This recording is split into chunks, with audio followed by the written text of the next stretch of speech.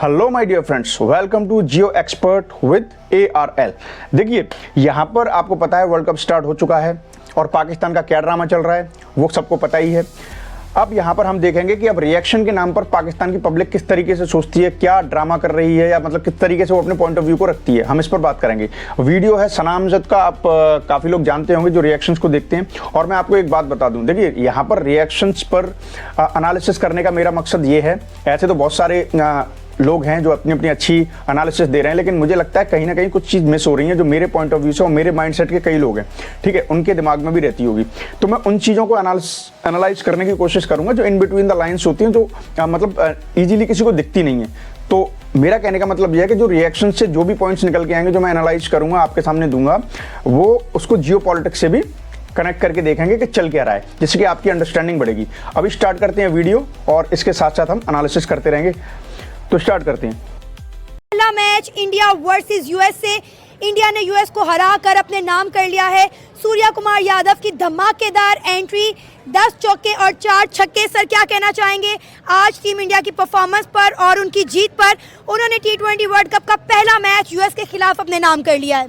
आज सूर्या कुमार यादव बब्बर शेरों की तरह परफॉर्म किया है। इतना बड़ा जिगरा आज उसने दिखाया है कि भाई कि वाकई जो है वो किसी माँ ने जो है वो बच्चा पैदा किया है। उसने कहा था बैठ के प्रेस कॉन्फ्रेंस के अंदर कि भाई मैं आउट ऑफ फॉर्म जो है वो नहीं हूँ, मैं आउट ऑफ रन्स हूँ, ठीक है। और रन्स आना शुरू हुए हैं उसके न्यूजीलैंड की सीरीज से, और अब तक जो है वो उसके रन्स चलना जो है वो स्टार्ट हो गए हैं। और टीम जो है वो आज जिस तरह लड़खड़ा गई थी स्टार्ट से, जिस तरह अभिषेक शर्मा आउट हो गए, ईशान किशन आज वो अपना जलवा नहीं दिखा पाए, और जिस तरह जो है वो तिलक वर्मा अपना जलवा नहीं दिखा पाए, हार्दिक पांड्या अपना जलवा नहीं दिखा पाए, लेकिन सिर्फ एक बंदा था भाई जो शेर का बच्चा था, शुरू से लेके आखिर तक उस बंदे ने जो है वो हिम्मत नहीं हारी और दे दनादन जो है वो यूएसए के प्लेयर्स को जो है वो आज निचाता रहा। अकेला बंदा, कोई पूछे ना कि भाई कितने आदमी थे यूएसए, तो वो कहेगा एक अकेला बंदा था यार। आज वो मैच लग रहा था, आज इंडिया ओवरसीज जो है वो यूएसए नहीं लग रहा था, आज सूर्या कुमार यादव जो है वो यूएसए लग रहा था। इस तरह का मैच देख के मजा आता है जब एक बंदा अकेला खड़ा हो और परफॉर्म करे और अपनी टीम को जो है वो जितवा के लेके चले। ये बंदे की जो है वो पर्सनालिटी होती है। कैप्टनसी इनिंग इसी को कहते हैं, कैप्टन इसी को कहते हैं कि भाई जब भी टीम को जरूरत पड़े तब जो है वो अपनी टीम के लिए परफॉर्म करे। पीछे जितनी भी मैचेस हुए हैं उसमें जो है उसकी ओपनिंग स्टैट इतना जबरदस्त तगड़ा परफॉर्म कर देती थी। सूर्या कुमार यादव तब चलता था नहीं चलता था कोई टेंशन नहीं होती थी, लेकिन आज जो है वो सूर्या कुमार यादव की टीम को जरूरत थी, आज सूर्या कुमार यादव की इंडिया को जरूरत थी। सूर्या कुमार यादव ने कहा जानो हाजिर है हम आज, बेबी हम हाजिर हैं आज। लेकिन बात यह है कि हमें उम्मीद थी कि इंडिया 200 प्लस मारेगा, टारगेट बहुत छोटा दिया। देखें जरूरी नहीं है 200 मारना, जरूरी नहीं है 250 मारना, जरूरी ये है कि आप एक अच्छी जीत जो है वो हासिल करो। ये नहीं कि बहुत क्लोज टाकरा हुआ है। उन्होंने जो है वो 138 रन के ऊपर जो है वो यूएसए को जो है वो रोक के रख लिया, ये बड़ी बात है। ये नहीं हुआ कि यार आखिरी ओवर में 10 रह गए, ये नहीं हुआ कि यार आखिरी ओवर में जो है 5 स्कोर रह गए, ये चीज़ नहीं हुआ। अगर बैटिंग ने कोलैप्स की है तो आके बॉलिंग ने संभाला है, ये इंडिया की टीम की खूबसूरती है। अगर बैटिंग में अगर कोई कोलैप्स करता है, कोई ना कोई दूसरा आके उसको जो है वो हैंडल कर लेता, कोई तीसरा आके, कोई चौथा आके, कोई पांचवा आके, कोई ना कोई 7-8 बैट्समैनों में से एक बंदा ऐसा खड़ा हो जाता है अपनी टीम के लिए जो है वो सीसा पिघलाई द्वार बन के कि भाई वो जो है वो टीम को जो है वो सेफ हैंड पे लेके चला जाता है। लेकिन आज पाकिस्तान की बैटिंग लाइन और नीदरलैंड के खिलाफ फ्लॉप नजर आई है। आपने देखा लाइन लगी आज हमारी। देखिए पाकिस्तान की बैटिंग लाइन की और इंडिया की बैटिंग लाइन की सबसे बड़ी डिफरेंस मैं आपको ये बताऊंगा कि पाकिस्तान में ओवरऑल ही फ्लॉप रहे हैं। टॉप ऑर्डर जो है वो कैप्टन और जो बड़े बड़े प्लेयर थे वो बिल्कुल फ्लॉप रहे हैं। नीचे से आके जो है वो फहीम अशरफ का लक चला है तो जो है वो पाकिस्तान आके जो है वो जीत सके, नहीं तो जो है पाकिस्तान की बड़ी गंदी हार होनी थी। अगर सुलेमान आगा परफॉर्म करता, हम कहते यार हमारे कैप्टन ने जो है वो स्टैंड लिया, परफॉर्म किया, यार हमारे किसी जो है वो सीनियर बैट्समैन ने जो जिनको हम जो है बैटिंग के लिए डाला वो उन्होंने परफॉर्म किया। ये सूर्या कुमार यादव जो है वो एक्चुअल बैट्समैन है ना और साथ कैप्टन है, तो उनके किसी बैट्समैन ने आके हैंडल किया। हमारी जो है वो पूरी की पूरी बैटिंग लाइन जो है कोलैप्स कर गई। ओपनिंग ऑर्डर, मिडिल ऑर्डर जो है वो लोअर ऑर्डर। और सूर्या कुमार यादव की इंडिया की बात करें, ठीक है उनका ओपनिंग ऑर्डर जो है वो कोलैप्स किया, उनका जो है वो लोअर ऑर्डर कोलैप्स किया, लेकिन दरमियान में एक बंदा तो खड़ा था ना जो कि स्पेशली जो है वो बैटिंग के लिए डाला हुआ था, उसने आके स्टैंड तो लिया ना। पूरी की पूरी जो है वो हमारी तरह तू चल और मैं आया वो वाला सीन तो नहीं किया ना। एक एंड पे तो वो बंदा खड़ा रहा है ना, एक एंड पे तो वो जमा रहा है ना बंदा, उसने अपनी हिम्मत तो दिखाई है ना, जिगरा तो दिखाया ना। ये तो नहीं कि भाई भाई बाकी आउट हो रहे हैं, तो उसने कहा ठीक है भाई मैं जा रहा हूँ, मैं भी जा रहा हूँ, तुम चलेगा तो मैं भी जा रहा हूँ, जाके जो है वो देख कोई खुल गई है। तो ये चीज़ है इंडिया की कि इंडिया का कोई ना कोई एक बंदा खड़ा होता है। आप पीछे 20 उनकी जो है वो बायलैटरल सीरीज देख रहे हैं, हर बंदे ने परफॉर्म किया, हर बंदे ने परफॉर्म किए। T20 का वर्ल्ड कप का पहला मैच था, बाकियों ने परफॉर्म नहीं किया, सूर्य कुमार यादव ने परफॉर्म किया, बाकी बायलैटरल सीरीज में बाकी सारे परफॉर्म करते रहे। आज जो है वो एक बंदा जो है वो इंडिया का सूर्य कुमार यादव परफॉर्म करता है। तो बात करेंगे उसके अलावा सिराज की बात करेंगे। सिराज ने जिस तरह परफॉर्म किया, हमेशा जब जसप्रीत बुमराह नहीं होता, जब भी जसप्रीत बुमराह नहीं होता, जितने बड़े भी मैचेस हों, तब जो है वो सिराज जो है वो रिस्पॉन्सिबिलिटी लेता है और खड़ा होता है, वो भी वन मैन आर्मी की तरह। आया उसने दूसरे ओवर में जनाब विकेट निकाली है, फिर अर्शदीप की बात करें तीसरे ओवर में उसने विकेट निकाली है, स्कोर रन्स को भी रोका और विकेट्स भी निकाली, और जो है वो इंडिया की टीम को जो है वो यूएसए की टीम के ऊपर प्रेशर भी डाला। तो ये एक जो है वो ओवरऑल परफॉर्मेंस रही है हमारी। आज बॉलिंग ने भी कोलैप्स किया। हम देखें यूएसए की फिर तगड़ी टीम है, और जो है वो अगर हम नेदरलैंड की बात करें तो वो तो टीमों में नहीं गिनी जाती, ठीक है। उसकी आप देखें हमारे प्रीमियम बॉलर ने क्या किया। हमारी बॉलिंग लाइन जो है वो बिल्कुल कोलैप्स होकर रहेगी, हमारी बैटिंग लाइन बिल्कुल कोलैप्स होकर रहेगी। इंडिया की ये नहीं कि हर चीज ही कोलैप्स हो गई उनकी। मैं तो वकास भाई आज दुआएं मांग रही थी कि अल्लाह हमारी इज्जत बचा ले और किसी तरह हमें नीदरलैंड से जितवा दे, वरना हमें जो है वो मैं कहती हूँ हम किसी को मुंह दिखाने के काबिल न रहते। सर आप भाई की बातों से एग्री करते हैं आज? मैं बिल्कुल एग्री करता हूँ भाई की बातों से। जैसे कि उन्होंने बताया है ना, सूर्य कुमार यादव ने बहुत अच्छा खेला है। उन्होंने जैसे 84 स्कोर बनाए हैं, जिनमें तकरीबन 10 चौके थे और 4 छक्के थे। तो उन्होंने हिम्मत नहीं आ रही, हिम्मत बिल्कुल नहीं आ रही। मैं ये कहना चाहूँगा कि जैसे देखिए यहाँ पर कुछ पॉइंट्स मैं देना चाहूँगा। जैसे कि यहाँ पर बात आई, देखिए सबसे पहले 200 के स्कोर की, कि जैसे ये बोल रहे हैं कि लग रहा था कि इंडिया 200, और रिसेंटली अगर आप मैच देखेंगे, वार्म अप मैच थे इससे पहले भी, जो अभी न्यूजीलैंड की सीरीज़ है उसमें सबने देखा, खासकर इंडिया के लोगों ने, एनआरआई वगैरह जो भी हैं, जो इंडियन ओरिजिन के हैं, सबने देखा, औरों ने भी देखा।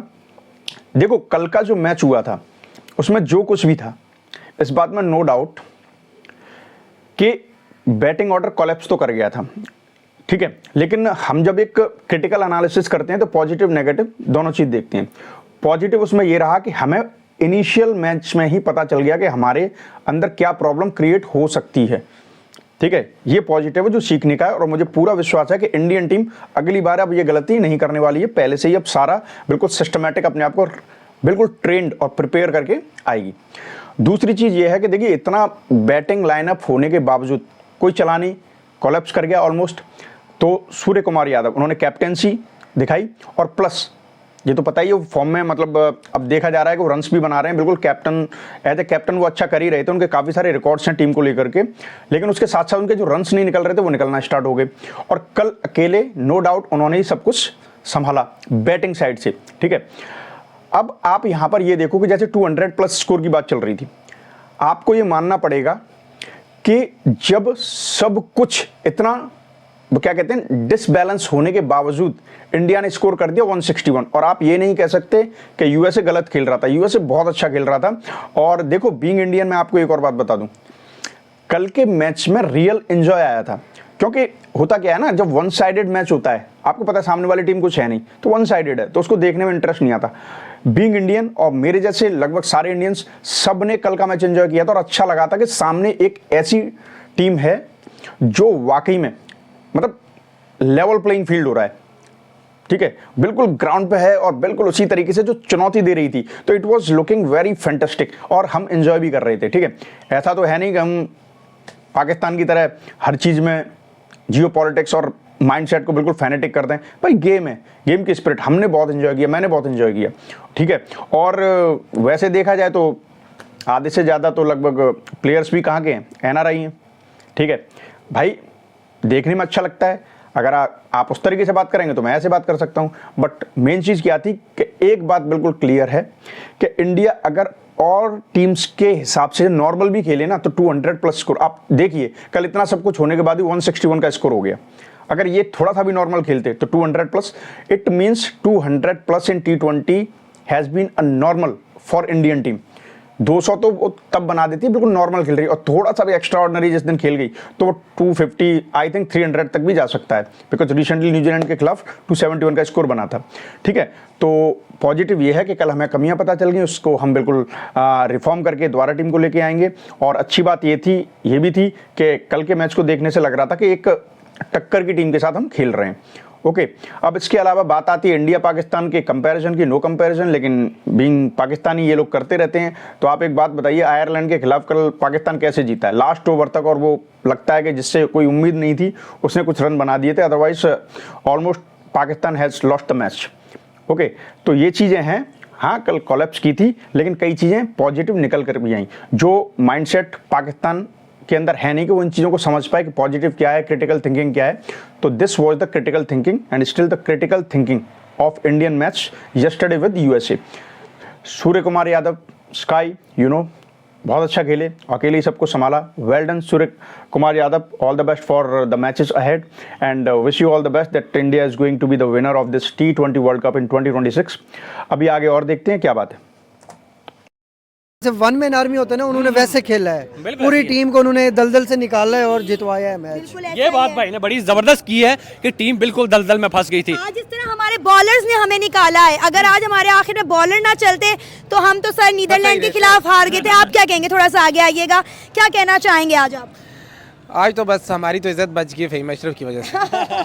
और क्या इंडिया- कहेंगे? और इंडिया की तरफ सूर्य कुमार यादव ने कमाल करके दिखाया। देखिए, आगे पीछे ना वो ट्रम्प सबको कहता था कि हाँ मैं तुम्हारा बाप हूँ। आज नरेंद्र मोदी कहेगा कि तुम्हारे से बड़ा बाप हमारी टीम इंडिया के अंदर है, सूर्य कुमार यादव। आज ये वाला ट्रेंड चल रहा है इंडिया के अंदर, बिल्कुल ऐसी है। क्योंकि उसने इनिंग खेली है भाई, मानना पड़ेगा। 83 रन, मैच विनिंग इनिंग है उसकी, मैच विनिंग इनिंग। 10 चौके, वो भी जब इंडिया की टीम 10 ओवर में 54 रन थे, 6 आउट थे।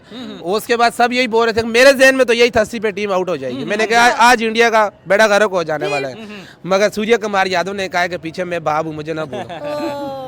भाई उसकी स्टेटमेंट थी ना, उसने कहा था मैं आउट ऑफ फॉर्म जो है वो हूँ, सॉरी आउट ऑफ फॉर्म नहीं हूँ, मैं आउट ऑफ रन्स हूँ। उस बंदे ने फिर प्रूव करके भी बताया। तो यही एक प्लेयर की निशानी होती है कि जब आपकी टीम जो है वो लड़खड़ा रही हो, घिरी हुई हो, दलदल में फंसी हुई हो, तो उस टीम को निकाले। ये अगर सूर्य कुमार यादव परफॉर्म ना करता तो इंडिया की टीम आज बड़े बुरे तरीके से कोलैप्स करती। देखिए, आज सूर्य कुमार यादव को आज देख के मुझे इमरान खान की याद आ गई है। वो भी टीम को ऐसे ही संभालता था, वो हमें भी ऐसे ही संभालता, टीम को भी ऐसे ही संभालता था। सूर्य कुमार यादव ने उसकी तरह ही संभाला है वाकई, क्योंकि टीम सारी उसकी नीचे गिर गई थी, सब कोई टीम का बंदा ऊपर नहीं आ रहा था।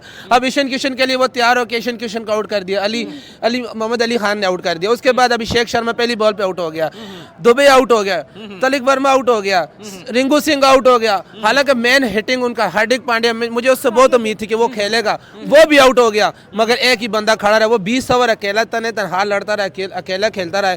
83 रन किए, 10 चौके, 4 छक्के, टीम को 163 रन पे 163 पे लेके गए, क्योंकि टीम की विनिंग इनिंग थी वही। अच्छा, वो एक्साइटमेंट पब्लिक में नजर नहीं आ रही जो T20 वर्ल्ड कप को लेकर या ODI वर्ल्ड कप हमारे लेकर अंदर पहले होती एक्साइटमेंट थी। है, लोगों के अंदर हो ना हो। लोग नहीं है, क्रिकेट शायकीन में वो नहीं एक्साइटमेंट नहीं है। देखें, इंडिया की अगर आज बात करें, इंडिया का स्टेडियम आज बिल्कुल जैम पैक स्टेडियम था। ठीक है। जब भी कोई चौका छक्का लगता था तो भाई इंडिया के जो लोग ऐसा शोर मचाते थे, पता लगता था कि यार T20 वर्ल्ड कप कोई एंजॉय कर रहा है, यार कोई मैच देखने आया है, कोई जो है वो इंडिया को अप्रिशिएट करने आया है, उनकी आवाम उनको जो है वो सपोर्ट करने के लिए आई हुई है। तो ये नहीं कहेंगे कि जो है वो दुनिया जो है वो T20 वर्ल्ड कप से जो है वो उनका जो है वो बोर हो गई है या उनके जो है वो इंटरेस्ट नहीं है। तो भाई इतना शोर था ना, इतना शोर था कि वो जब फील्डिंग कर रहे थे ना यूएसए वाले, वो ऐसे लग रहे थे जैसे लड़के नहीं भाग रहे आराम आराम से। आपने खुद ही ये बात देखी होगी। वही ना, मैं यूएसए के जो फील्डिंग देख रहा था, ऐसे लड़कियों की तरह फील्डिंग कर रहे थे, लड़कियों की तरह गिर रहे थे। मैं कह रहा था कोच भी इनकी लड़की है, ऊपर से फिर फील्डिंग भी जो है वो लड़कियों की तरह कर रहे थे। तो आज इंडिया की परफॉर्मेंस ओवरऑल देखी जाए तो अच्छी रही है, सेटिस्फैक्टरी रही है। ये नहीं रहा कि यार बिल्कुल टोटली कोलैप्स रहा है। बैटिंग एंड ने ठीक है कोलैप्स किया, लेकिन एक बंदे ने संभाला जरूर है। बॉलिंग एंड ने जो है वो कोलैप्स नहीं किया, ओवरऑल बिल्कुल कोलैप्स नहीं किया। उनके जो है वो अर्शदीप जो है वो विकेट निकाल के ले गया, सिराज जो है विकेट निकाल के ले गया, अक्षर पटेल, मतलब कि ओवरऑल उनके जो है वो बॉलर्स ने परफॉर्म करके दिखाया। ओवरऑल बॉलर्स ने जो है वो प्रेशर क्रिएट करके दिखाया।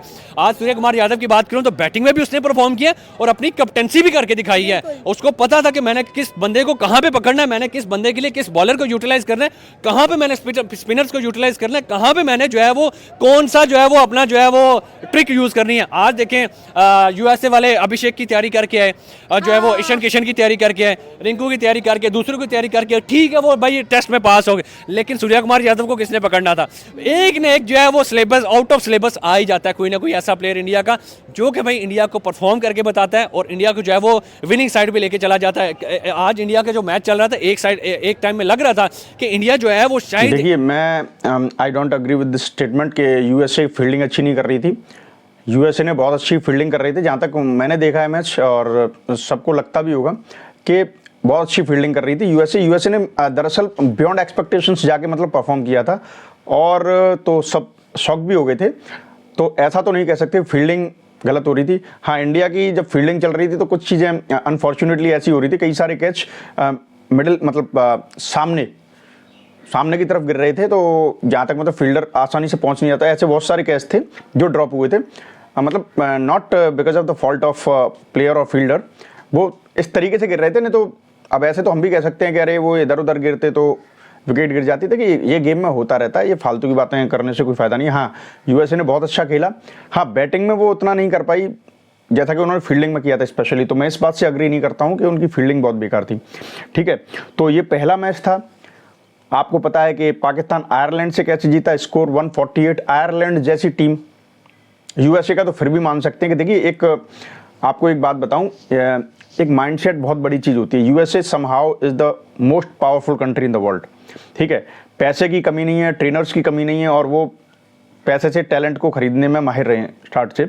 तो ऐसी बात नहीं है कि उनके जो प्लेयर्स भी होंगे जो यूएस के लिए खेल रहे होंगे, उनका माइंडसेट भी वैसा ही होगा। जैसे कि हमारा कंट्री सुपर पावर है वर्ल्ड में, तो हमें रिप्रेजेंट भी वैसे करना है। एक एटीट्यूड जो आता है ना, उसमें एक कंट्री के स्टेटस का, वर्ल्ड वाइड उस कंट्री का स्टेटस क्या है, इससे भी फर्क पड़ता है। देखो, कई लोग मुझसे अग्री भी कर सकते हैं, डिसअग्री भी कर सकते हैं, it is not any special matter, लेकिन ये मेरा मानना है कि कंट्री की आपकी क्या पोजीशन है। जैसे कि पाकिस्तान की बात करो, पाकिस्तान कहीं पर किसी से भी जीत क्यों नहीं पा रहा है। आज पाकिस्तान की ये हालत है कि पाकिस्तान से अच्छा जो ये टीम जो नई नई आई है, ये अच्छा खेलती हैं। मैं तो ये कह रहा हूँ कि अगर कोई यूएसए से मैच हो गया पाकिस्तान का, पाकिस्तान हार जाएगी। पाकिस्तान यूएसए से क्या, अफगानिस्तान से हार सकती है। आयरलैंड ने ऑलमोस्ट हरा ही दिया था, जिताने वाला वो था जो एक बॉलर टाइप का था लास्ट ओवर तक। और इंडिया की क्या हालत थी, इंडिया बिल्कुल सब कुछ जा चुके थे, एक बैटर ने 161 तक पहुंचा दिया। तो देखो, कभी भी कोई भी गेम हो, लाइफ का भी कोई गेम हो, आप पढ़ रहे हैं, कोई कंपटीशन की तैयारी कर रहे हैं, हम यहाँ से एक चीज़ सीख सकते हैं, नेवर गिव अप। आप कोई भी गेम तब तक फिनिश नहीं होता है जब तक कि एक भी पार्टी गिव अप नहीं कर देती है, और जब तक एक भी पार्टी कैसे भी करके लड़ रही है तो गेम आगे चलता रहता है। तो कल यही हुआ, हम माइंडसेट से नहीं हारते हैं, हम पहले से ही ये नहीं सोच के चलते हैं कि हम हार जाएंगे। तो जब वो माइंडसेट वो वाला लेके चलते हैं, विनिंग माइंडसेट, तो एंड तक आपका साथ देता है। Okay, this is also called the rule of nature. तो खैर, ये था आज का रिएक्शन। अभी तो पहला मैच हुआ है, बहुत सारी बातें निकल करके आएंगी, और उसको जियो पॉलिटिक्स से कैसे जोड़ करके उसको एनालाइज करते हैं वो मैं आपको बताता रहूँगा। आई होप आपको ये वीडियो और मेरा एनालिसिस अच्छा लगा होगा। आप भी अपनी तरफ से कोई भी, आपको कहीं पे भी कोई पॉइंट आपको अच्छा लग रहा है, बताना चाहते हैं मुझे, तो आप बेझिझक कमेंट कर सकते हैं। आज का था ये वीडियो, मिलते हैं अगले वीडियो में अच्छी एनालिसिस के साथ और अच्छे वीडियो के साथ। Till then take care, good luck and bye bye.